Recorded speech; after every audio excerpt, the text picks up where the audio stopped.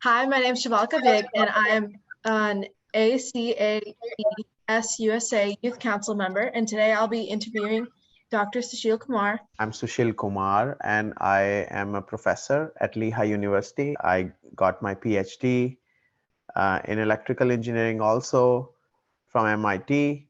I also got a degree from University of Michigan, Ann Arbor, also in electrical engineering. And prior to that, before coming to USA, I got all my high school education and also undergraduate education in India. In general, everything that we do today, all the problems that we face today that we want to find solutions for, and that's why you need people who are expert in a wide variety of areas to tackle them. Everybody should contribute to the community.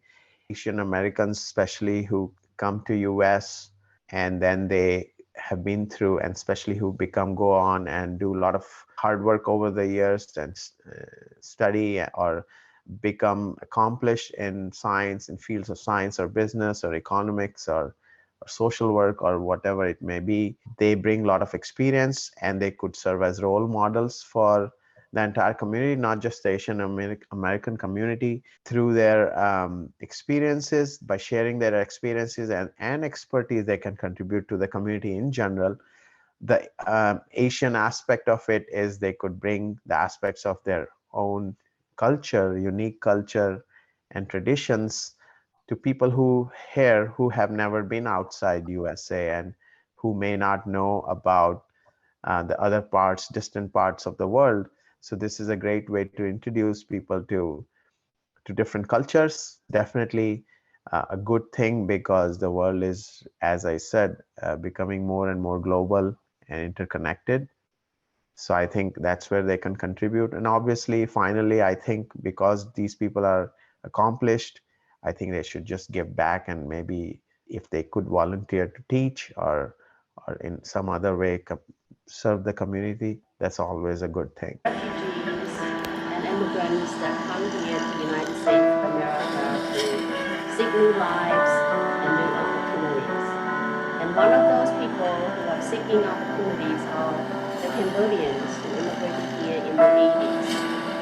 One of those contributors to Asian nations as a whole is the award-winning environmentalist and filmmaker Kalyani Mon, telling the stories in the Ram Valley and the Lost World about how we as an individual can change the fabric of our existence.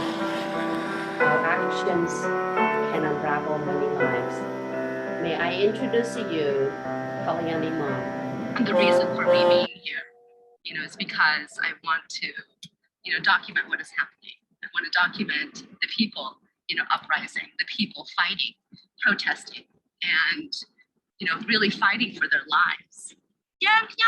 The second documentary that I'm going to be sharing with you is another award-winning, one of the greatest documentary, Lost World.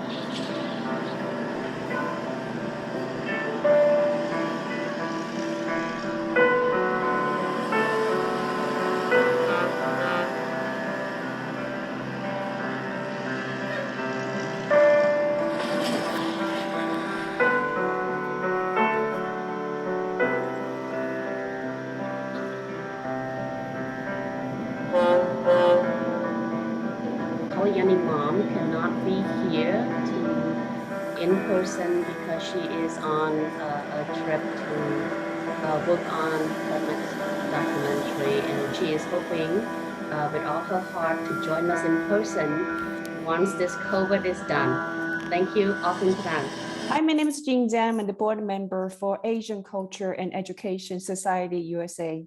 Today, I have the honor to interview Karina Reyes. Is an executive leadership for EY, and she has held multiple global leadership roles in Fortune 500 companies. She's currently leading multiple nonprofit organizations Sarah Leung is a consulting partner at EY with over 20 years of experience. She's also the executive sponsor for EY Pan-Asian Professional Network for the West region. I'd like to just share with you that one of the areas that I've been very passionate about is really around how can I contribute to Asian immigrants that have come to the United States recently and help them move from the current state that they're in to being able to thrive here in America.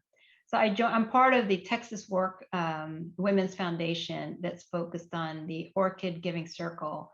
The NOMI network focuses on enabling a lot of Asians that have been part of human slavery, sex slavery, and helping them get reassimilated back. EY has been largely involved in working very closely with several of these associations, AAPI, SN, several different groups that allow us to help change the game. So we're part of some of the legislation. We're part of ensuring that within our company, that we really have taken inclusion and diversity very seriously for our Asian Americans. So there's a lot of focus on promotions, a lot of focus around, how do we help break some of the challenges that we've seen within the executive ranks. Where I had a father that 20 years ago experienced an enormous amount of, he was attacked while he was walking home from work. He was, my father was a first immigrant and, just trying to get by and just minding his own business when a young kid, went up and hit my father in the head. Luckily, my father wasn't hurt, but, emotionally, it was quite an impact for my dad. And to see that happen 20 plus years later was even more alarming because I thought that we had passed that. And what AAPI has really made the massive big change is how they've really created visibility in the media around this. And I am personally grateful for that because it is needed and it is something that I think all of us as Asian Americans need to pay more close attention to. Last year was extremely difficult. In my role as Pan-Asian and diversity leader for the firm, I got to connect with a lot of our professionals and they were hurting. One of the things that we've done immediately was getting everyone together to just feel like they belong. People were staying at home, isolated, and some of our Pan-Asian professionals are from overseas and their family and friends are back home in Asia, didn't have a lot of information on how they're doing. They're isolated here. And there was just a lot of anxiety and hurt. So one of the things that UI did immediately was creating a safe forum for our Pan-Asian professionals as well as allies to get together so that we can hear and support each other through information sharing, education, as well as stories. This was very effective at all levels. It drove belonging. People feel like they have a safe place to be themselves. It opened up a network of Asian professionals that they didn't know existed before we all went virtual. So they actually got more friends and more coworkers that they could rely on. It also started bubble up some of the needs for additional support for our Pan-Asian professionals all throughout EY. In addition to taking care of our own people, EY looked outside and saw that our communities are also hurting and require additional assistance. One of the organizations EY work with is Ascent, and Ascent's mission is to drive current and future leaders. It's very focused on career promotion, career growth.